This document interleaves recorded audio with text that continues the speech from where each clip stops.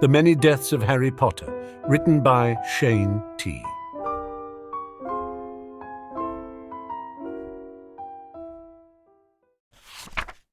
Chapter 1. The sullen look on Dudley's face was almost as much of a gift as the cupcake in front of him.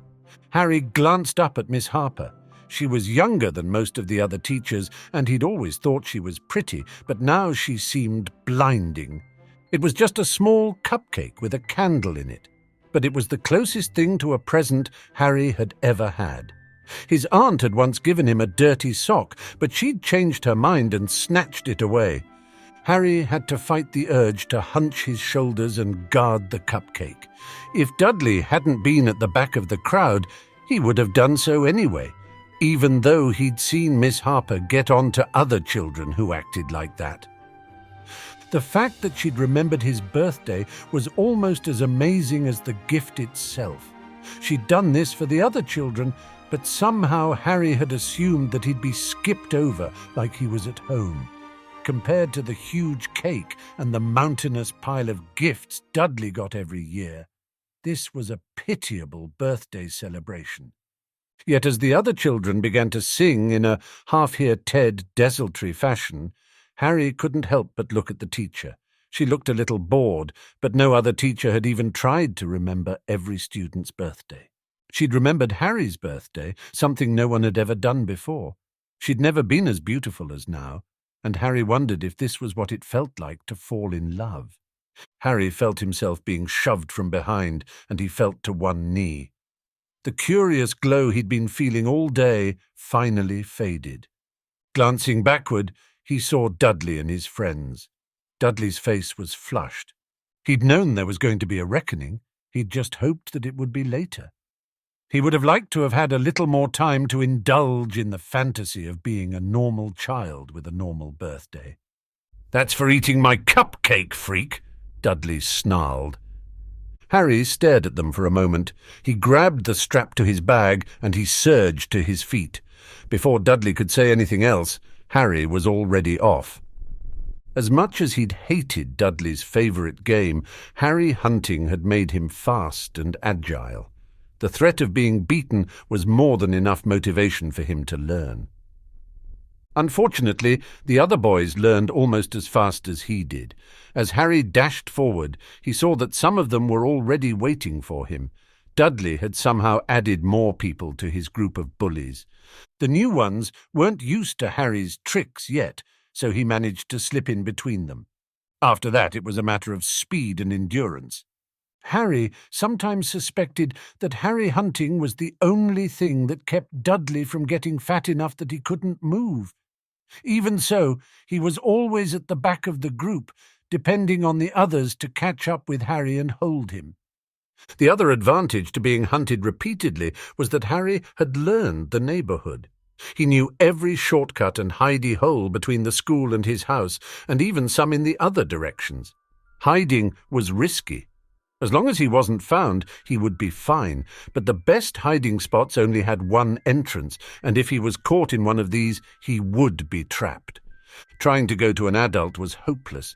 The beating he'd get would be twice as bad once the adult went away, and they never believed him. They always assumed that he was exaggerating or playing. Harry cursed under his breath as he saw 3 boys emerge from a side street a block ahead. They were on bicycles, and there was no way he could outrun those. He slipped behind a bush, praying that they hadn't seen him. From where he could see, it looked like they were being systematic. They had a pretty good idea of where he was, and he saw other boys emerge, checking the bushes. Even as Harry slipped into an alley, he could hear people calling out from the far entrance of the alley. They were closing in on him from the front and from behind. Harry knew there was a loose board in one of the fences. There wasn't a lot of room to squeeze through, even for him. None of the other boys would be able to squeeze through at all. He didn't know what was on the other side of the board, but there wasn't time to worry about it. Harry rushed for the fence, grabbing the board and moving it aside. It was a tighter squeeze than he'd suspected, but by pushing his backpack through first and exhaling, he was able to squeeze through. He slipped, though, and turned quickly, hoping the board with his hand. Hopefully, no one would notice that it was there, and they'd just think that they'd missed him. He heard the sounds of searchers entering the alley, and he held his breath. The sounds of the boys on the other side of the fence were strangely muted. Despite this, Harry found himself holding his breath for long moments as the boys on the other side of the fence turned over old boxes and tried to look in every nook and cranny. It wasn't until they were gone that he took a deep breath and finally allowed himself to breathe. He simply crouched with his forehead against the fence, with his eyes closed for several long moments, waiting for the pounding pulse in his ears to finally slow. When he finally opened his eyes and looked around, he froze. Sandwiched in between the cookie-cutter houses to each side, before him was a monstrosity of a house. It looked as though it had been put together by a madman, one piece at a time, with no concern for the laws of physics. Its second floor was bigger than the first, but smaller than the third. It looked as though it had been built piecemeal, with different parts having different architectural styles. Considering that it had to be at least 4 stories tall, Harry didn't understand how he hadn't noticed it in a neighborhood where every house had 1 story. It should have been visible from blocks away, like the old church or the school. Somehow Harry had missed it. There was a strange haze in the air all around, something Harry had never seen before. It made the sky seem reddish and made everything inside seem sinister. Harry felt drawn to the house, but he also felt uneasy. This felt a little like the witch's gingerbread house in one of the books Dudley had discarded when he was younger. He wouldn't be able to leave for a while yet. The boys would take time to tire of their game and go home. In spite of himself, Harry found himself walking slowly toward the house, his backpack forgotten against the fence behind him. It was only as he reached the back porch that he realized what he was doing, and by then it was too late. The back door slammed open, and an old man with stringy yellow hair stepped out. In his hand he held some kind of stick. The man's rheumy, yellowing eyes glanced at him and then up at his forehead. Harry didn't know why so many people had that look of recognition when they looked at the scar on his forehead, but they'd had it his entire life. Usually the response was to bow, even as Harry's aunt and uncle hurriedly led him away. This man didn't bow. Instead, he smiled, showing misshapen teeth. It wasn't a happy smile. "Potter, is it? On my doorstep, eh?" The man chuckled, and it was a mean, ugly sound. Harry found himself backing away slowly. Suddenly, a beating by Dudley and his friends didn't seem that important. "Don't leave yet, boy. The fun's barely started." The man lifted his wand and whispered, "Crucio." Harry's world turned to pain. "What have you brought us?" Harry couldn't move. After what had been done to him already, he wouldn't have been able to have moved anyway, but the man had done something with his stick, and now he couldn't even blink his eyes. They were in a dark room, and there were torches on the wall. "I stumbled across a gift for my lord," the older man said.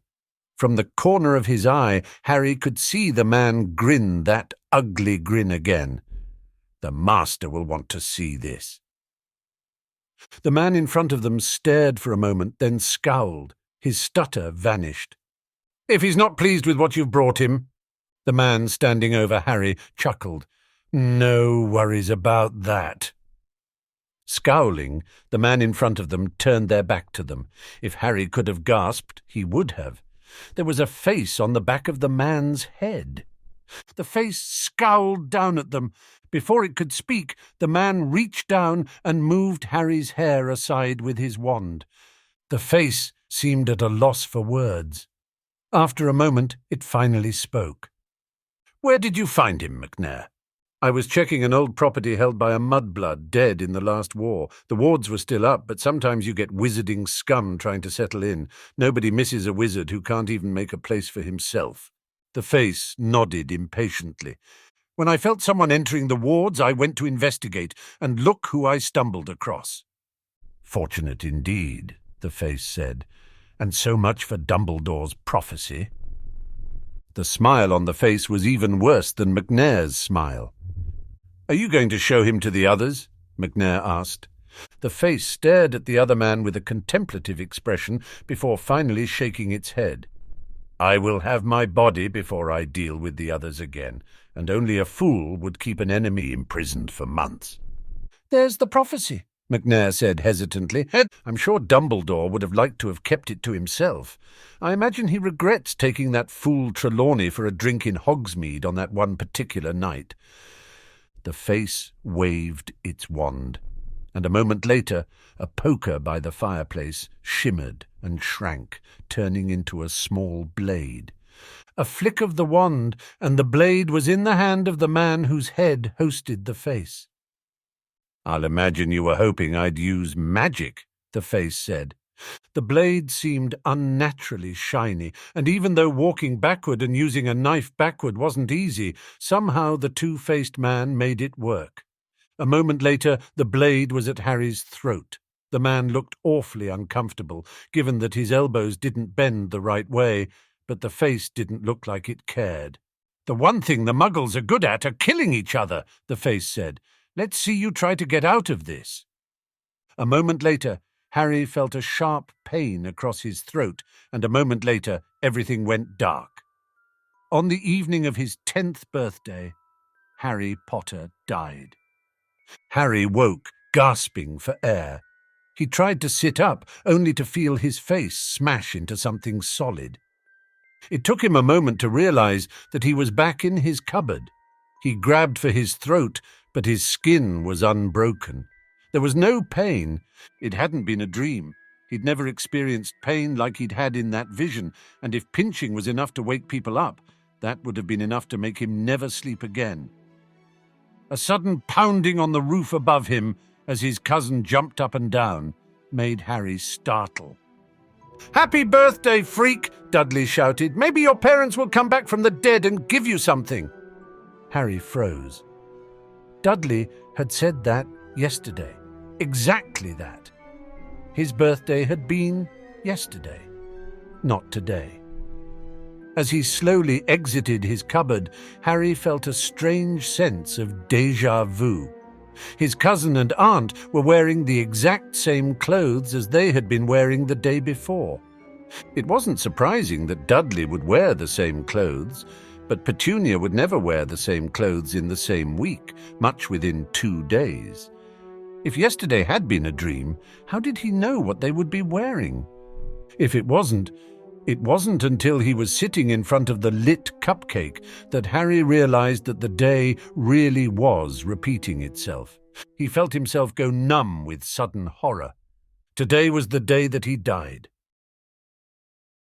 Thank you for listening, and I hope you enjoyed this chapter. We hope you consider joining our Patreon to help us keep reading stories like this one.